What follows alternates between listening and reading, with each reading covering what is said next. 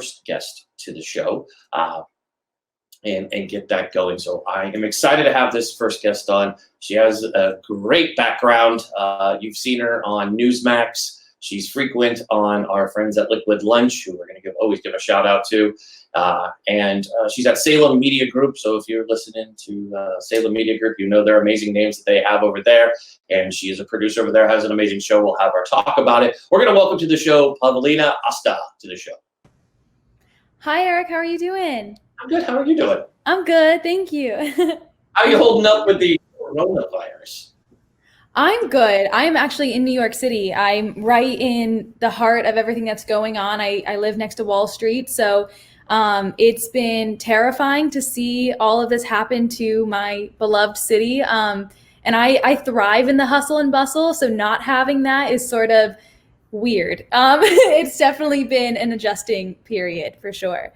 So it is one of those things. My brother, I've said on the show a number of times, he lives in Soho, right? And oh, nice, yeah. Just seeing how crazy that is, and he's been sharing the stories. He loves the city. He's an NYU grad, so obviously, and you get it too. New York. If you're a native New Yorker or live there, like the city does not shut down. So for it to be shut down is crazy. The way you guys behaved when you have that blackout, if you know people, a hint that it's like that every day. And we just want to see New York open. We try normally there once a month for work, so we miss it. We want to get back. I'm going to give a shout out. We miss the folks at the Dominic. That's where we're at every month. We miss seeing our awesome guys there, amazing staff. Seeing the folks at Liquid Lunch, just kind of doing awesome. Everything. Yeah, it's incredible. Actually, I run up Broadway almost every day, just for my daily run. And I run all the way up to Soho. So to see that whole area totally shut down, none of the stores are open, is such a weird thing. So I know exactly where your brother is at and everything, and it must feel weird for him as well. Oh, it's crazy for him. He's just he just is always telling me, he's like, this is weird. And he runs the Apple store at Union Station. So you can imagine. Oh, wow. Yeah. Because it's shut down, right? All these...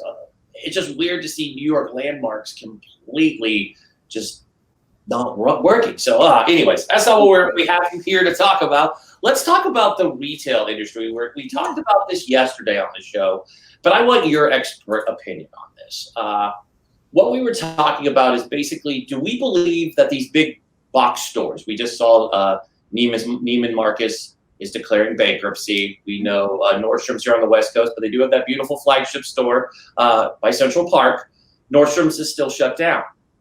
The belief is a lot of these stores, we're seeing that we can order remotely, like most of us already have. How do you see retail coming back, like brick and mortar retail, when you have so many awesome things online? I'll give Amazon a shout out.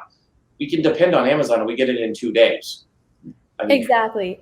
Yeah, so the future of brick and mortar is kind of bleak, to be quite honest, just because the upcoming generation. So I talk a lot on millennials and Gen Zs, and their shopping habits are purely online. Over 75% shop on their iPhones, on their laptops on a daily basis. So places like JCPenney, Neiman Marcus, GNC, those kind of companies, they're really struggling to have their brick and mortar stores and everything. And it's also, when you think about it, especially living in New York City, the rent is really expensive for them. So if they're not making at least $1 million for some of them, especially if you're on Fifth Avenue, it's $1 million a month just for rent. So if you're not making that in the stores, you're already struggling. It's just so hard for them to keep up with that. And a lot of people are shopping online just because of the convenience. You don't have to worry about dealing with other people. You don't have to, sift through everything. You can just simply search it. It's a convenience thing, and everyone wants their 2-hour shipping, their 2-day shipping, whatever it may be. They want that convenience. So it's not looking too good for a lot of those, bigger stores. Especially with everything that's going on with the coronavirus. If companies or if stores were struggling before the coronavirus, they're definitely not going to be doing well afterwards. Awesome. That is great feedback. I'm laughing. My screen behind me has changed. I know, it is that. This is great. You can see what I was listening to before we went on. Thank you, XM Radio. We'll fix that between our next questions, I promise you. But It's called me touching buttons. It's always fun. So it's funny that we talk about this, right? So malls, right, as a culture, for me growing up, I'm, part of, the, not Gen Z, I wish, but we're Gen X, right? We have this kind of cool generation.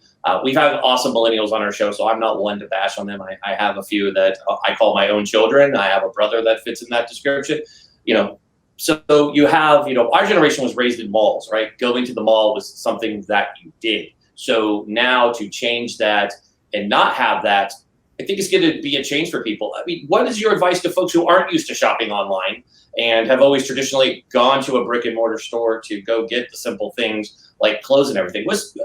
Talk to those Gen Xers and the boomers who are still figuring this all out, that are they don't know what to do, and they're freaking out that their stores possibly won't reopen. Of course. And, I'm actually a Gen Z, and all I know is shopping online. Like, that has just been my whole life. And I also do it on a daily basis. But to the older generations that are used to going into stores, you can still, as long as you've got a laptop or computer of some sorts, you can still go to all of your favorite stores just online, and as long as you know what size you are, you're usually pretty good. That's the one thing about malls just having stores or going into stores in general that I personally like. I like to be able to feel the material and I know how it fits on my body, or just that kind of thing. That's one thing I definitely am going to miss as certain stores tend to close down. But just to, JCPenney, they have all of their stuff online. It just seems to be easier for everyone. So. You are correct. Look at that. Magic while you were talking. Magic. Ta-da! I love it. But you're right. It's interesting to have folks have to change the way that they think and they shop. Coronavirus, as negative as it's been, I think has been positive. I've always been a work from home person and work remote. Working in tech is my background. So to see people now experience it, I think people are doing more work and seeing that this tradition that we were raised on, an 8-hour workday, right? Not so much. It's get your work done. And you're surprised when you don't have the distraction of going to the coffee maker and talking to your friends about what you just watched on TV the night before, talking about the game. You get work done. I mean, yes, there's Slack and Zoom channels and Zoom calls. For the most part, I mean, what's your thoughts on that? Do you think the workforce is going to turn into more of a remote workforce? I actually think, I love that you mentioned this, just because I think it's so interesting. I've been looking into this whole thing a lot, just because there's companies that go to WeWork, for example, because it's easier and it's cheaper for them to get work done in those kind of environments. A lot of people are getting more work done in quarantine, and they like having their own schedule. I have to get a certain amount of work done, but for lunch, I'm going to go for a run and I don't have to get ready for work. And I can, there's a lot of convenience in just staying home, and companies don't have to pay a lot of money for office space or whatever, snacks or coffee machines, etc. So those businesses are saving a lot of money. And as far as I think it depends on the person, whether you do better in an office setting. Maybe having other people working around you really gets you to focus, because sometimes I have trouble focusing. So being in an office space sometimes gets me in the right mindset. But there's other times where I like to, work from home as well. I like to get things done at my own pace and not get distracted by my other coworkers. So I think there are so many things that are going to change after the coronavirus. Just everything that we have seen has kind of been turned on its head in a lot of ways. And that's just going to be so interesting to see, the way things change after this. But yeah, I think you make a very good point that the way we work and how we work and how not having the typical 9 to 5 is probably going to change. Thank you for that good answer. I mean, that's the one thing, I've been reading these Fortune 500 companies and a lot of tech firms in, Los Angeles and the Santa Monica area, the Bay Area, especially because they've been, their lockdown in the city of San Francisco is basically copying what's going on in New York. Their lockdown, a lot of these CEOs are we're not going to go back. We could work from home and just have staff meetings and rent out facilities if we need to have an all hands meeting. I just think I get your point on the work preference. I think the people who will struggle will be these leaders or these CEOs of companies that micromanage their people. I think they're the ones already probably struggling with, I don't know what people are doing. You have to check in. I have to see what you're doing. Totally. So it's going to be funny changing it because as we know, we're not going to go run back and everybody's going to fill the city back up going back to an office. So it's going to be interesting the way that people do this. So, I mean, thanks to, it was big for your site, so we got to get moving on, but we're going to have you back on for sure because I love talking retail with you. You are one of my favorite retailers to talk to, getting a lot of messages sent to me while we're sitting here going, wow, have her back on again so we can learn more about retail. So, yay. Oh, I love that. Thank you so much. I have a lot of fans. But, before we let you go, kind of tell everybody how they can reach out to you. I know we've been plugging your Instagram, but tell folks how they can get a hold of you and learn more information.